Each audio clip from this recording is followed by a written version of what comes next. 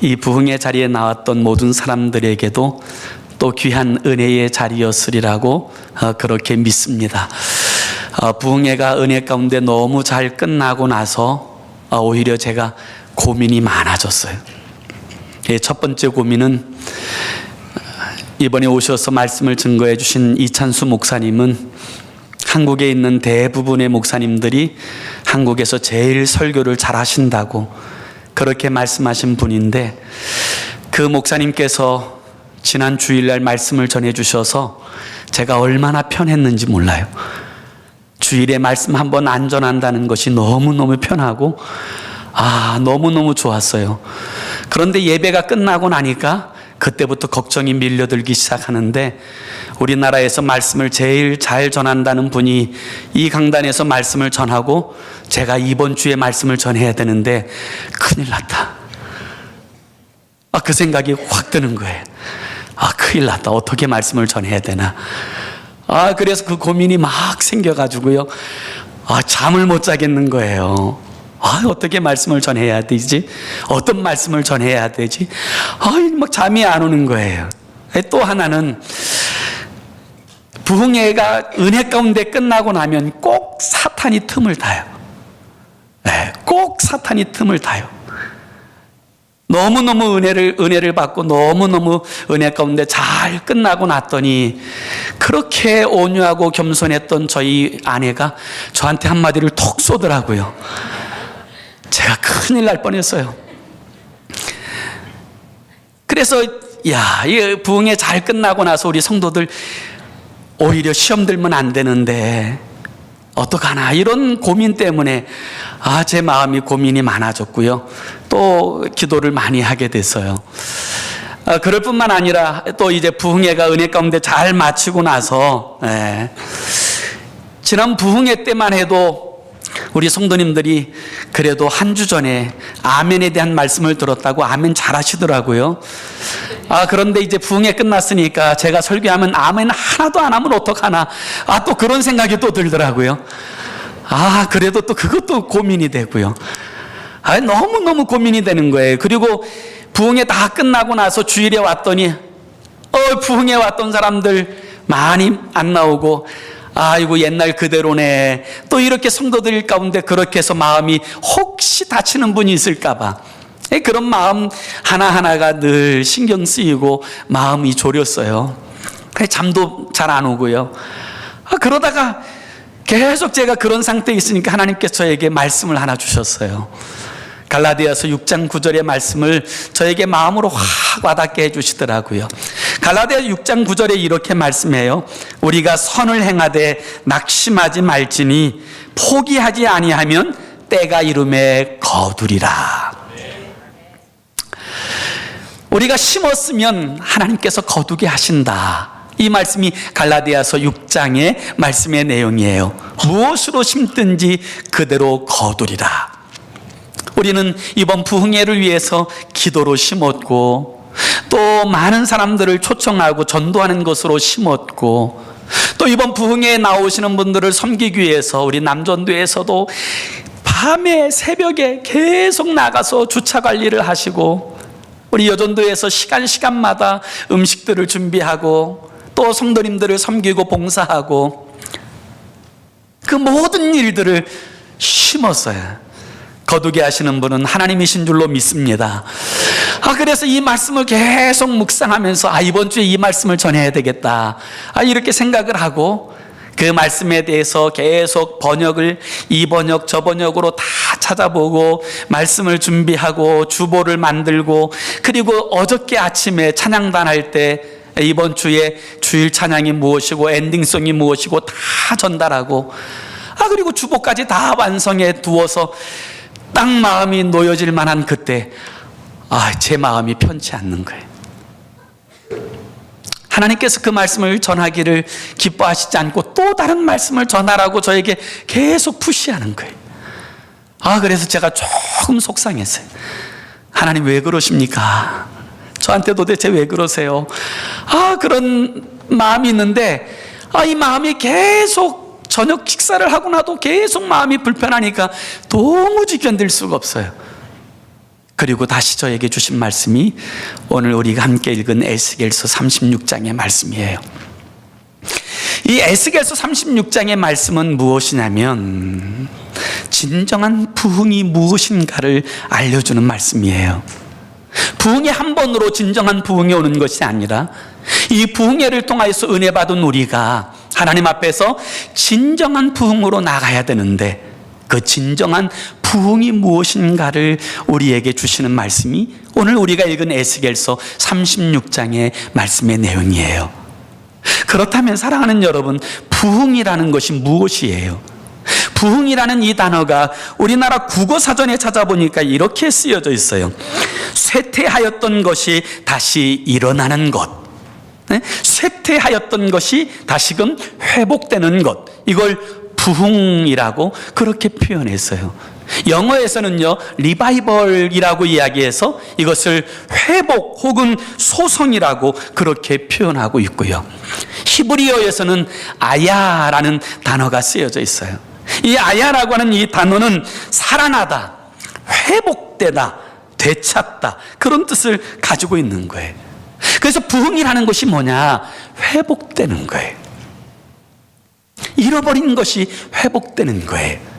그래서 성경에서 말하는 진정한 부흥은 무엇이냐? 잃어버린 하나님의 형상을 회복하는 것, 그것이 부흥이고요. 잃어버린 하나님의 은혜를 회복하는 것, 그것이 부흥이고요. 잃어버린 하나님의 복을 회복하는 것, 그것이 부흥인 줄로 믿습니다.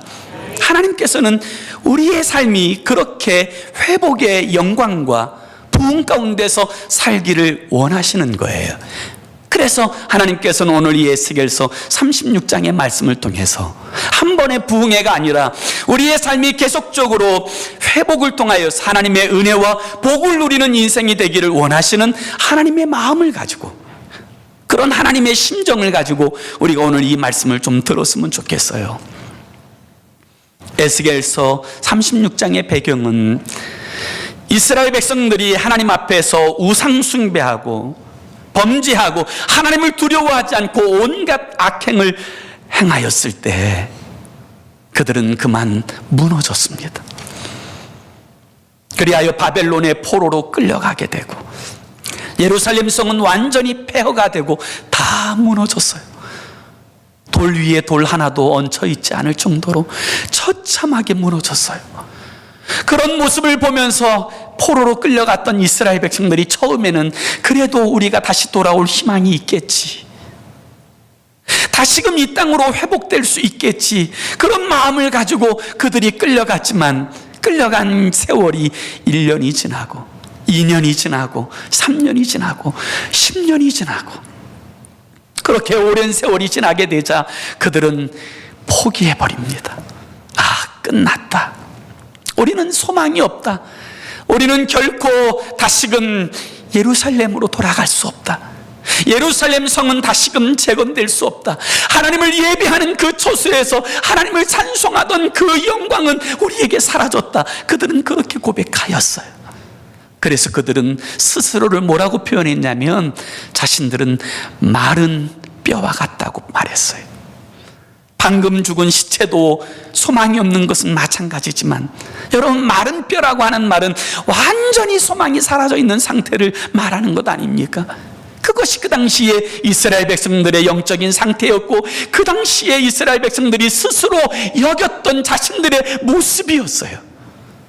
그래서 절망 가운데 있었을 그때 하나님께서 에스겔 선지자를 통하여 이스라엘 백성들에게 들려주신 말씀이 오늘 에스겔서 36장의 말씀이에요. 이 말씀의 내용은 이거예요. 내가 너희를 회복시켜 줄 것이다. 내가 너희를 다시 부흥케 할 것이다. 내가 너희를 살려줄 것이다.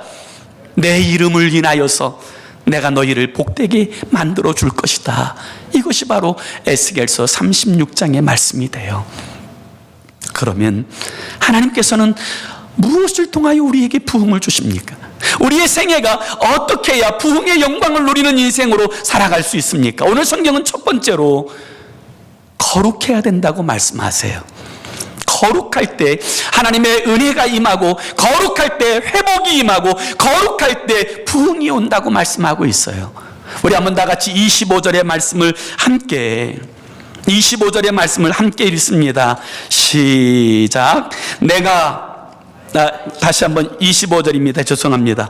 시작. 맑은 물을 너희에게 뿌려서 너희로 정결하게 하되 곧 너희 모든 더러운 것에서와 모든 우상 숭배에서 너희를 정결하게 할 것이며. 아멘. 하나님께서 이스라엘 백성들에게 요구하는 것은 하나예요. 거룩하라는 거예요. 정결해야 된다.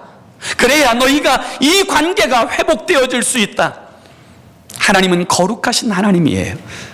그 거룩하신 하나님과의 관계가 회복되는 비결은 거룩함에 있어요. 정결하게 되어짐에 있어요. 여러분, 거룩이 무엇이에요? 히브리어로 거룩이라는 단어는 코데쉬라는 단어예요.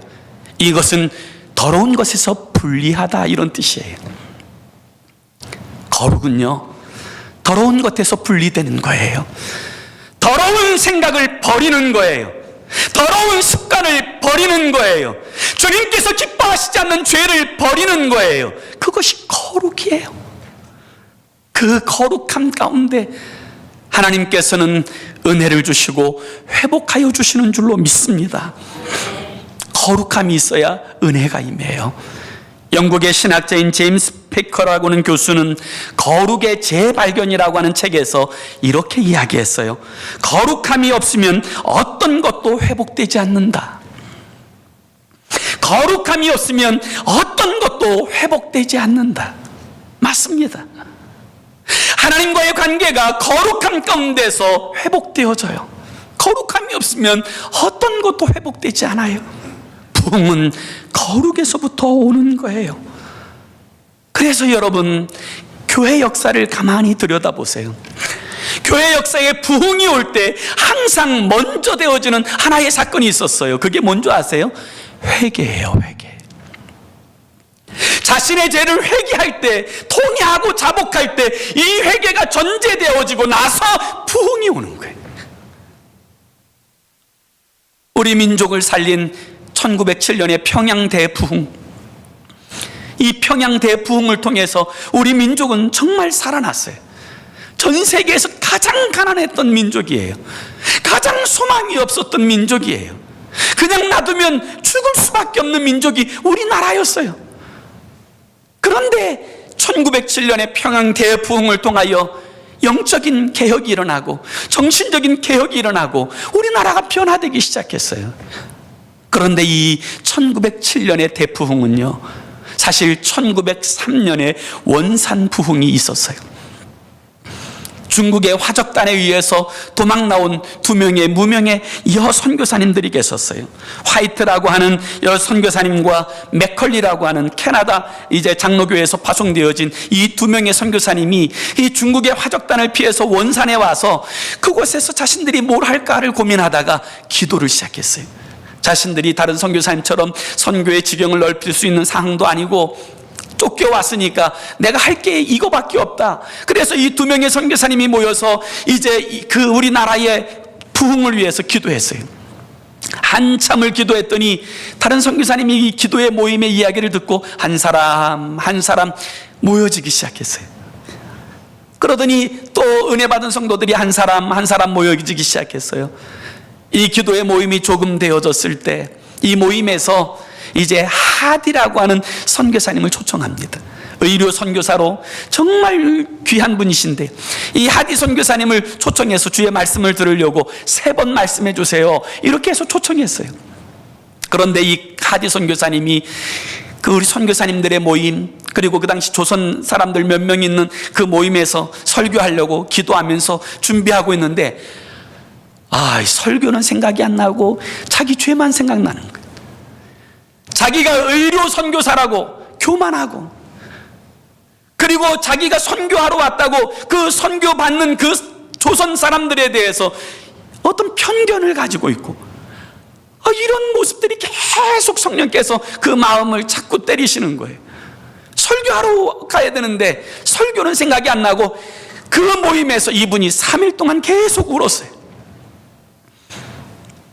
내가 선교사가 맞냐고, 이렇게 교만한 놈이 무슨 선교사냐고, 선교의 대상이 되어질 사람들이 섬겨야 될 사람이 그렇게 인종적인 편견을 가지고 있는 이런 것이 무슨 선교사냐고. 나는 하나님의 종일 자격도 없다고 3일 내도록 울었어요.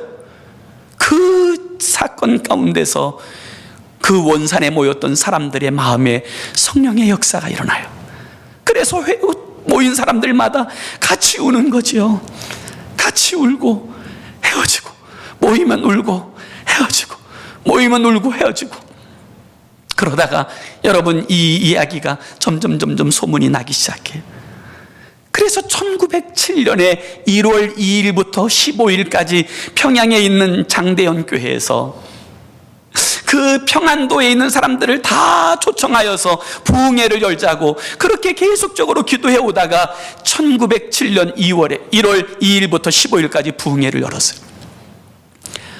그런데 그곳에 1000명이나 넘는 사람들이 그 당시에 정말 평안도 저 산골짜기에서부터 그곳까지 나와서 예배하며 그렇게 하나님께 예배하는데 은혜가 임하지 않는 거예요.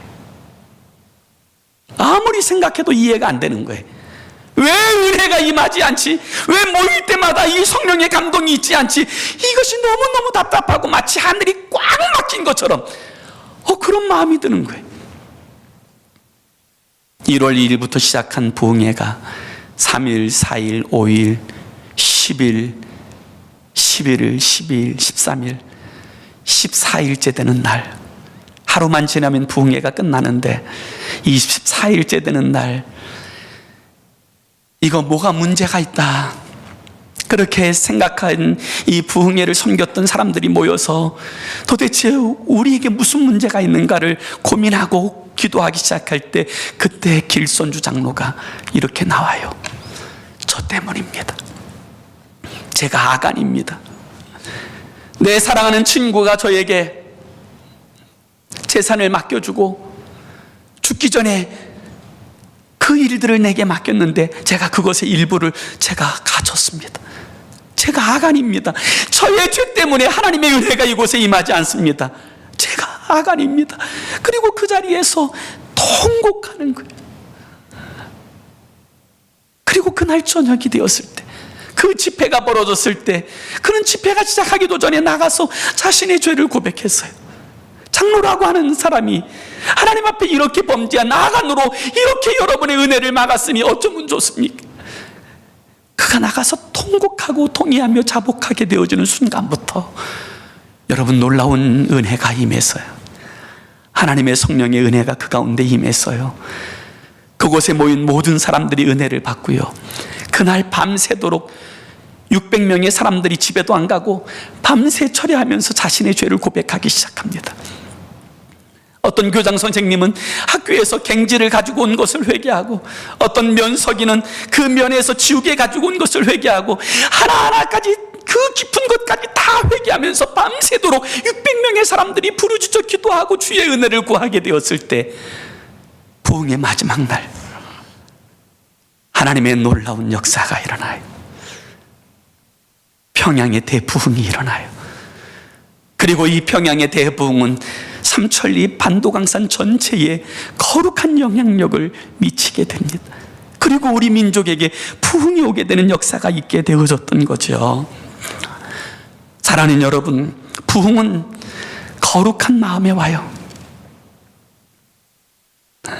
하나님보다 세상을 더 사랑하고 세상을 더 추구하는 그와 같은 마음이 아니라, 하나님을 두려워하지 않고 죄를 가볍게 여기는 그런 마음이 아니라, 거룩한 마음 가운데 하나님의 부흥은 와요. 그리고 그들을 통하여 하나님은 영광을 받으시는 줄로 믿습니다. 저는 이번 부흥회를 통해서 우리의 마음이 좀 결심으로 섰으면 좋겠어요. 거룩하게 살겠다.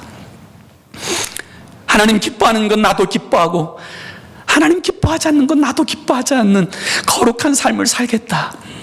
그런 결심이 좀 우리에게 있었으면 좋겠어요. 그런 결심이.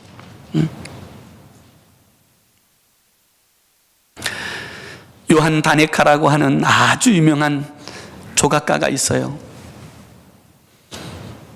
이분은 그리스 로마 신화에 나오는 그와 같은 것들을 조각한 아주 유명한 세계적인 미술가인데, 이분이 인기 최절정에 있었을 때 예수님을 만나요.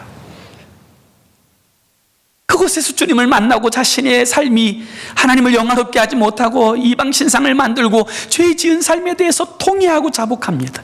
그리고 그때부터 그의 삶은 완전히 달라져요. 거룩한 것들을 조각하고 사람들에게 거룩한 영향력을 나타내는 그런 삶을 추구해요. 그러다가 나폴레옹 황제가 이 요한 다네카에게 이렇게 요청을 합니다. 루브르 박물관에 두기 위한 아름다운 비너스를 조각해 주시오. 그 말에 이 요한 다네카는 이런 지하에 거절해요. 안 됩니다. 못합니다. 그러자 나폴레옹은 그에게 이렇게 말합니다. 내가 원하는 돈을 다 주겠소. 그때 다네카는 말해요. 저는 돈 때문이 아닙니다. 내가 명예를 주겠소. 저는 명예를 위해서 일하지 않습니다. 예수님의 거룩한 모습을 조각한 이 손으로 이제는 이방 신상을 조각하지 않겠습니다. 이제부터는 하나님의 영광만을 위해서 살겠습니다. 그분이 내 인생의 진정한 주인이시기 때문입니다. 그는 그렇게 고백하였다는 거죠. 오늘 사랑하는 여러분, 그와 같은 결단과 그와 같은 삶에 하나님의 부흥이 임하는 줄로 믿습니다. 하나님께서 오늘 우리에게 요구하시는 그것은 한 번의 부흥회가 아니에요. 하나님 앞에 거룩함에 대한 결단이에요. 그 하나님 앞에 거룩함을 결단하게 되어질 때 하나님은 그 인생 가운데 부흥을 주시고 하나님의 영광을 나타내시는 줄로 믿습니다. 하나님께서 이스라엘 백성들을 회복하시는데 두 번째는 성령으로 충만해야 된다고 말씀하고 계세요. 성령으로 충만해야 된다. 우리 다 같이 26절에서 27절의 말씀을 함께 읽습니다. 26절과 27절 시작. 또 새 영을 너희 속에 두고 새 마음을 너희에게 주되 너희 육신에서 굳은 마음을 제거하고 부드러운 마음을 줄 것이며 또 내 영을 너희 속에 두어 너희로 내 율례를 행하게 하리니 너희가 내 규례를 지켜 행할지니라. 아멘. 하나님께서 우리 가운데 회복을 주시고 부흥을 주실 때 항상 먼저 성령을 부어주세요. 하나님의 성령이 임해야 부흥이 오기 때문이에요. 그래서 내가 너희 마음에 새 영을 부어 넣어주겠다. 내 영을 너희에게 부어주겠다. 그렇게 말씀하시는 거예요. 그렇습니다. 우리의 삶이 주님과 아름다운 관계로 회복되어지고 하나님의 부흥의 영광 가운데 살기 원한다면 성령으로 충만해야 돼요. 하나님의 성령은 회복의 영이에요. 하나님의 성령은 우리를 하나님과 바른 관계로 회복시키는 회복의 영이에요. 그래서 성령 충만해야 돼요. 하나님의 성령이 우리 가운데 임하게 될 때 우리의 삶에 나타나는 좋은 모습 하나가 있어요. 그게 뭔지 아세요? 오늘 성경 26절에 보면 새 영이 우리 가운데 임하면 마음이 부드러워진대요. 돌 같은 마음이 부드러워질 것이다. 마음이 말랑말랑해지는 거예요. 여러분, 맞아요. 하나님의 성령께서 우리의 마음을 만지시면요, 마음이 말랑말랑해져요. 부드러워져요. 수용성 있는 마음이 되어져요. 유연한 마음이 되어져요. 그런 까닭에 사랑하는 여러분, 굳은 사람은 성령의 사람이 아니에요.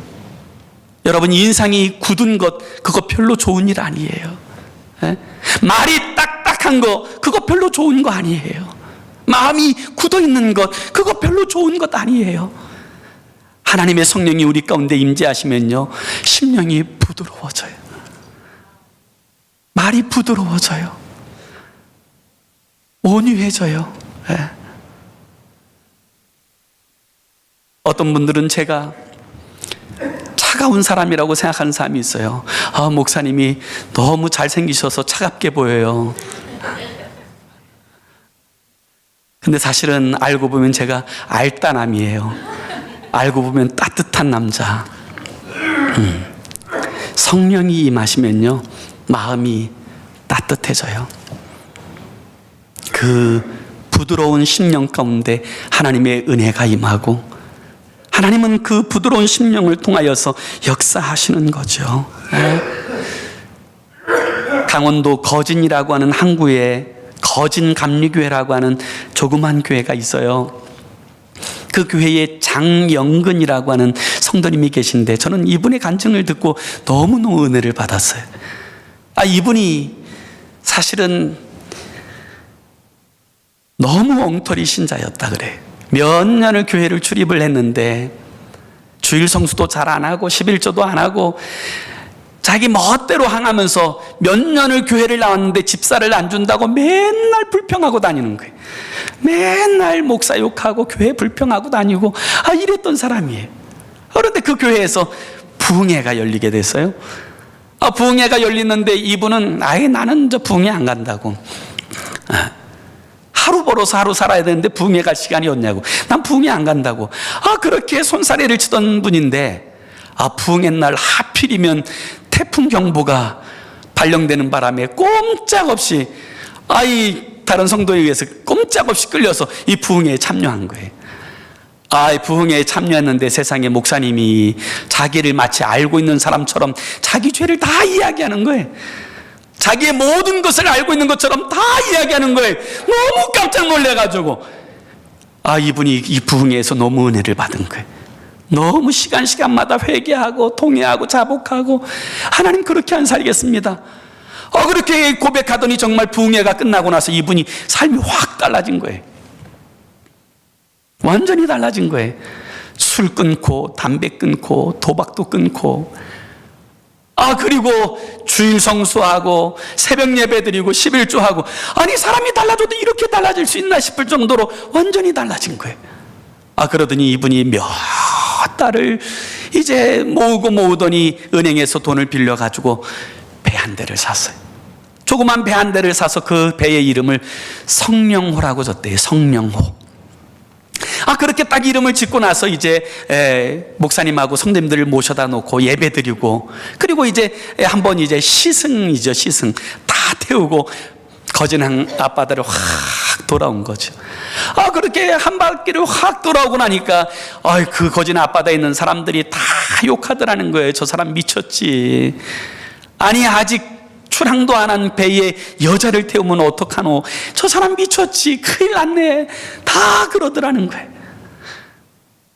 그러거나 말거나 기도하면서 하나님의 은혜를 바라보면서 출항을 하는데 놀라운 일이 벌어진 거예요. 출항할 때마다 만선으로 돌아오는 거예요. 사람들이 그 장씨의 배를 보면 저 사람은 어떻게 가면 저렇게 만선이 돼서 돌아오노. 한두 번이 아니니까 이 사람들이 따라가는 거예요. 그러면서 이 지역에서 소문이 난 거예요. 저 장씨 배만 따라가면 풍어를 만난다. 소문이 난 거예요. 이분이 지금은 큰 배 7척을 사서요, 그 거진항 쪽에 있는 많은 사람들을 전도한 그 교회의 전도왕이 됐다고 하는 이야기를 들으면서 제가 너무너무 감동이 되더라고요. 사랑하는 여러분, 성령 받으면요 하나님 앞에 쓰임받는 인생이 되어져요. 성령 받으면 하나님의 그 은혜를 통하여 회복이 되어지고요 부흥이 임하게 되는 줄로 믿습니다. 여러분, 그 은혜가 우리에게 임해야 진짜 사는 거예요. 그것이 진짜 신앙생활이에요. 어떤 분이 포장마차에 가서 호두과자를 사 먹었답니다. 호두과자를 한 입을 다 넣어서 깨무는데 호두가 하나도 없더래요. 두 번째 호두과자를 또다시 입에 넣고 아무리 찾아보려고 다 샅샅이 뒤져봐도 호두가 발견되지 않더라는 거예요. 그래서 이분이 호두과자 파시는 분한테 승질을 내면서 이야기했다는 거예요. 무슨 호두과자에 호두가 안 들었냐고, 그러면서 무슨 호두과자라고 그러냐고 승질을 냈는데, 더 어이없는 것은 이 호두과자 파시는 분이 얼굴이 안색이 하나도 안 변하고 그러더라는 거예요. 아저씨, 붕어빵에 붕어 들어있는 거 봤어요? 그 얘기 들으니까 또 그 말이 또 맞는 것 같더라는 거예요. 사랑하는 여러분, 붕어빵에 붕어가 안 들어있어도 붕어빵이라고 부르고, 호두과자에 호두 안 들어있어도 호두과자라고 부를 수 있지만, 여러분, 그리스도인에게 있어서 성령 받지 못한 그리스도인은 존재하지 않아요. 성령이 임해야 하나님과의 관계가 회복되어지고 그 심령의 부흥이 오고 그 삶이 주의 영광을 위해 쓰임받아지는 거룩한 인생이 되는 줄로 믿습니다. 마지막 세 번째로요, 여러분, 부흥은 어떻게 옵니까? 기도할 때, 하나님 앞에 간절히 기도할 때 부흥은 와요. 오늘 본문은 하나님의 부흥에 대한 약속이 가득한 말씀이에요. 하나님은 너희를 회복시켜 주시겠다고 말씀하세요. 왜 회복시켜 주신다고 말씀하신지 아세요? 내 이름 때문에, 하나님의 거룩한 이름 때문에 내가 너희를 그냥 둘 수가 없다. 내 이름 때문에 너희를 회복할 것이다. 내 이름 때문에 너희를 복되게 할 것이다. 내 이름 때문에 너희를 영화롭게 할 것이다. 이것이 에스겔서 36장의 이야기예요. 하나님의 이름 때문에. 사랑하는 여러분, 우리 또한 하나님의 이름을 가진 하나님의 자녀인 줄로 믿습니다. 하나님의 이름 때문에 하나님은 우리의 삶에 은혜를 베푸세요. 역사하세요. 오늘 본문에 보면 28절에 이렇게 말해요. 내가 너희의 하나님이 되어 주겠다. 빼앗겼던 땅을 회복시켜 주겠다 말씀하세요. 29절에 보면 이 땅에 기근이 임하지 않게 할 것이고 곡식으로 풍성하게 할 것이다. 경제적으로 축복할 것이라고 말씀하세요. 35절에 보면 황폐하던 곳이 에덴 동산같이 되어질 것이다.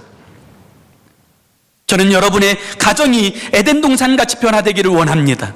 우리의 심령이 에덴 동산같이 변화되기를 원합니다. 하나님의 은혜가 임하면요, 황폐하던 곳이요 에덴 동산같이 변화되는 거예요. 그리고 36절에 보면요, 이방인도 불신자도 하나님의 회복을 볼 것이라고 말씀하세요. 그리고 36절 마지막 부분을 보세요.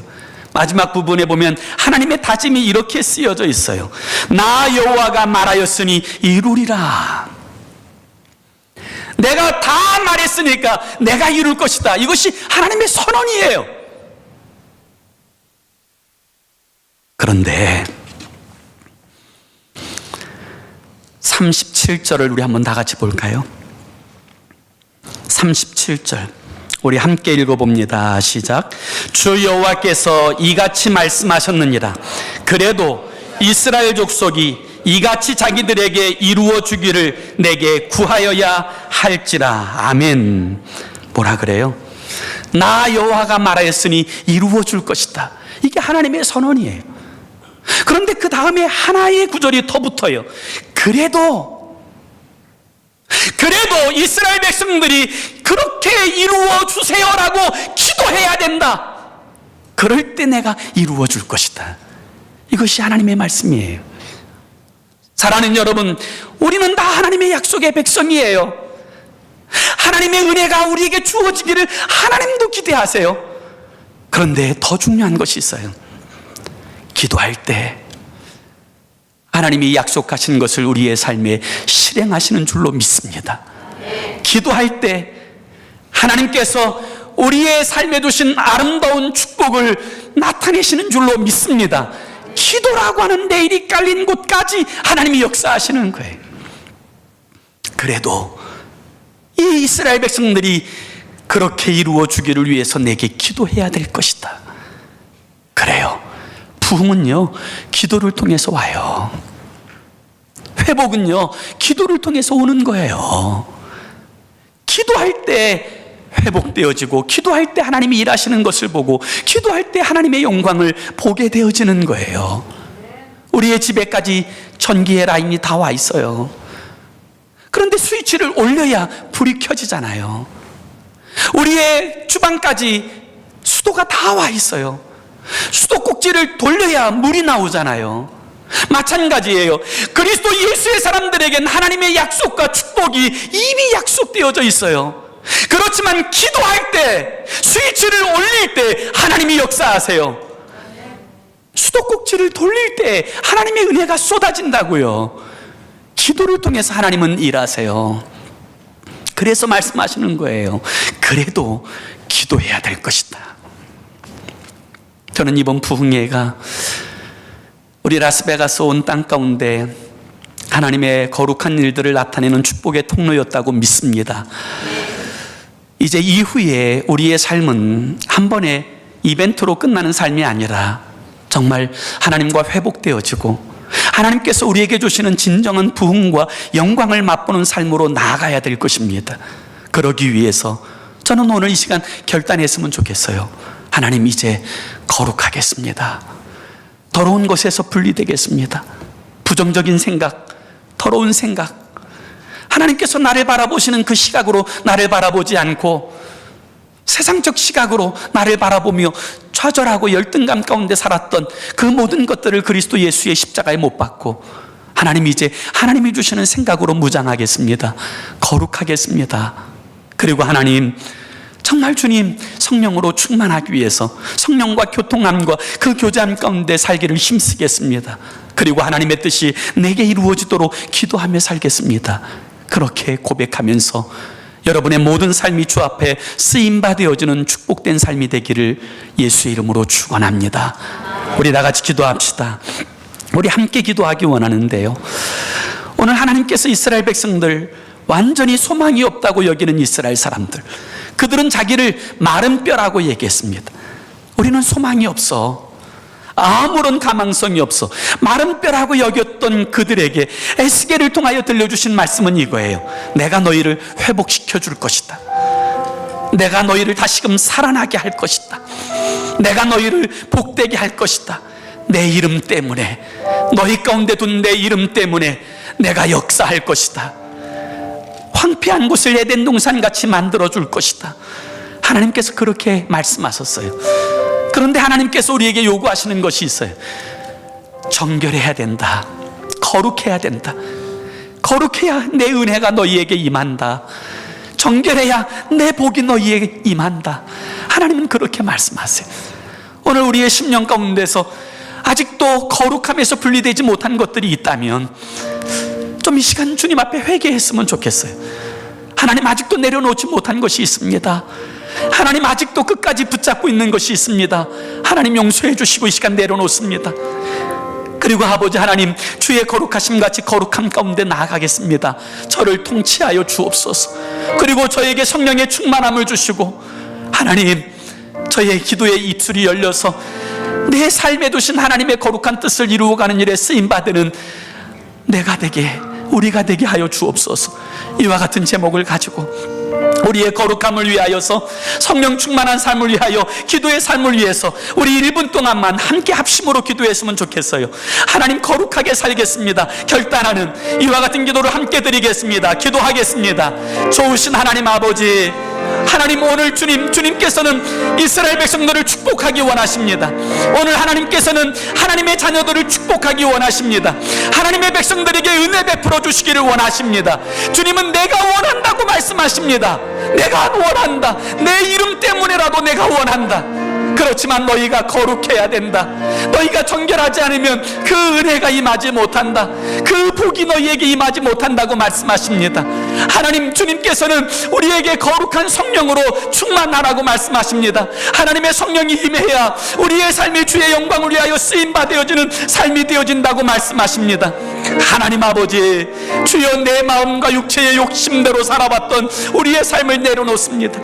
그리고 아버지 하나님, 이 세상의 죄와 하나님이 거룩을 무너뜨리는 모든 더러운 것에서 하나님 구별되겠습니다.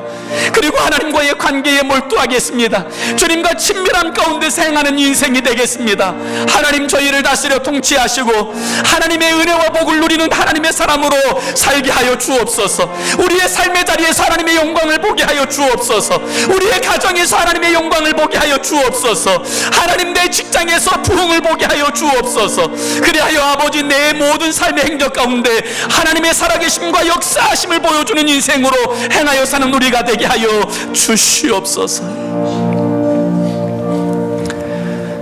좋으신 하나님, 하나님께서는 하나님의 자녀들에게 복 주시기를 원하십니다. 은혜 주시기를 원하십니다. 오늘 주님은 말씀하십니다. 내가 원한다. 그런데 너희가 거룩하지 않으면, 정결하지 않으면 그 은혜가, 그 복이 너희에게 임하지 못한다. 오늘 이 말씀 앞에서 하나님, 먼저 우리의 삶을 돌아보게 하시고 사랑하는 주님과의 관계와 교제를 훼손하는 어떤 것도 하나님 이 시간 십자가에 못 박게 하시고, 오직 아버지 하나님, 주님과 친밀함 가운데 몰두하며 살아가는 우리 한 사람 한 사람 되게 하여 주시옵소서. 예수님의 이름으로 간절히 기도 올리옵나이다.